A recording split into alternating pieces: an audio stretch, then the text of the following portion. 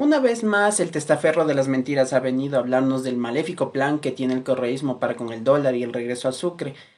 Quisiera analizar un poquito más a fondo lo que él mencionó en su entrevista en Ecoavisa y poner en contexto lo que ha dicho antes sobre la dolarización. Analicemos. Voy a ser directo. ¿Qué es lo que dijo Fernando Villavicencio en la entrevista? Pues esto. Este rato, Lenny, ecuatorianos, existe una seria amenaza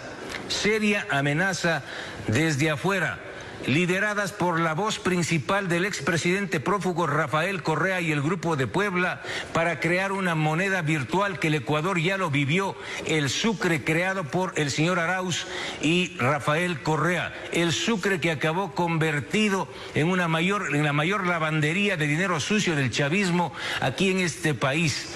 Nosotros no vamos a permitir que nos quiten el dólar. Por eso les digo a los ecuatorianos, esta es la bandera para defender la dolarización en este país.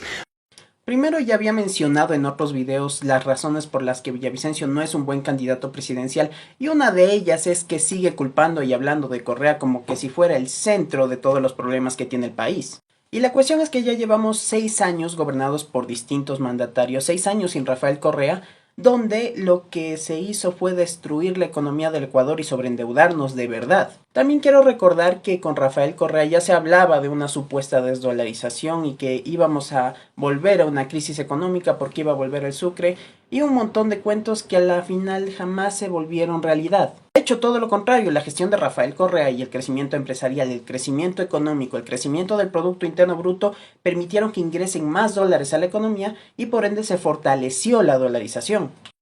A eso podemos sumarles medidas que evitaban el desangre de la economía, como era el impuesto a la salida de divisas.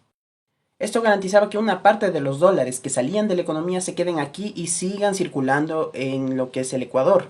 Pero llegaron gobiernos como los de Lenín Moreno, los de Guillermo Lasso, que al final solo respaldaban los intereses de los grandes empresarios y las grandes élites de este país. Élites que al final lo que hicieron en épocas donde se necesitaba dinero, como fue la pandemia, sacaron todo su dinero y todos sus activos del país hacia otros lugares donde no había reglas tributarias para apoyar la pandemia, la lucha contra la pandemia, y beneficiar así sus propios intereses, cuidar sus propios intereses. Pero a punto y aparte de lo que ya he mencionado, Villavicencio se comporta como un verdadero hipócrita. Y lo digo en todo en el sentido de la definición de la palabra, si quieren, búsquenlo en un diccionario. Porque hace poco, cuando el señor fue antes candidato a la Asamblea Nacional, decía esto sobre la dolarización. Estuve en contra de la dolarización. ¿Usted quiere ir a la Asamblea Nacional para defender la dolarización? Yo voy a la Asamblea Nacional para hacer una salida ordenada, en consenso, conversando con usted, con los empresarios, con los banqueros honestos, con los trabajadores, con los indígenas. ¿Cuáles son los mecanismos de consenso, de diálogo, para buscar la mejor vía para salir de la dolarización? O sea, antes Villavicencio nos decía que buscaba una salida ordenada de la dolarización, hablando con todas las personas, en resumen, de las que dependía dicha dolarización. Esto muy a pesar de que los que traían dólares a la economía del Ecuador eran los migrantes y no los grandes empresarios. Pero resulta que ahora el señor nos dice que es total defensor de la dolarización y que es el correísmo el que quiere desdolarizar el país. Hay que ser claros aquí, si el correísmo en su momento, con más del 50% de apoyo a nivel nacional, que ganaba todas las elecciones en una sola vuelta, hubiera querido desdolarizar, pues simplemente lo habría hecho. Pero recordemos, Rafael Correa es un economista. Rafael Correa tiene noción y tiene conocimiento sobre el cambio monetario, sobre lo que conlleva desdolarizar el país, y por eso mismo no lo ha hecho.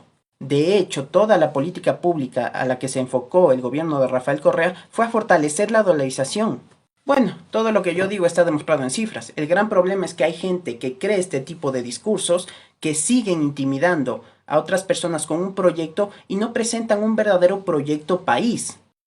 Personajes que nos siguen diciendo que no tenemos que votar por tal o tal persona, pero no nos dan razones para verdaderamente votar por ellos. Nos dicen, tal persona va a hacer tal daño y yo no lo voy a hacer. O sea que no vas a hacer daño, pero no vas a hacer nada. ¿Esa es la razón por la que quieres que voten por ti?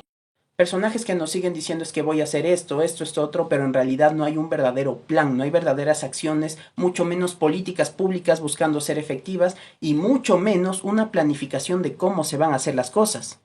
Porque tengamos claro esto, el correísmo va a ser quien tenga la mayor cantidad tanto de asambleístas como es el que tiene la mayor cantidad de prefecturas y alcaldías. Si Villavicencio cree que va a poder ejecutar su plan nacional de gobierno, en el caso de que fuera a ser elegido un milagro tal vez del señor Lasso, pues simplemente no va a poder hacerlo porque va a vivir peleando con todas las personas a las que él considera correístas.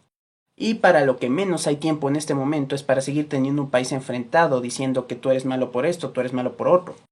A consideración mía, necesitamos un gobierno que tenga la capacidad de implementar rápidamente sus políticas. Por eso he dicho yo que la Revolución Ciudadana es la mejor opción porque va a tener la mayor cantidad de asambleístas, de alcaldes, de prefectos, entonces va a poder coordinar rápidamente y ejecutar sus planes de la mejor manera y en el menor tiempo posible. Pero bueno, ya sabes que puedes dejarme tu opinión en los comentarios. Si le das un me gusta, compartes el video y me sigues, me ayudarías mucho. Y quiero anunciarles que mañana 31 de mayo estaré dando una entrevista en Hechos Ecuador. Por lo que si se conectaran, me apoyaran, me dejaran una pregunta, un comentario a esa hora, se los agradecería un montón. Del mismo modo, mañana haré una publicación con el link de invitación del evento, con dónde se va a transmitir y todos los detalles. Cuídense y nos vemos en el siguiente video.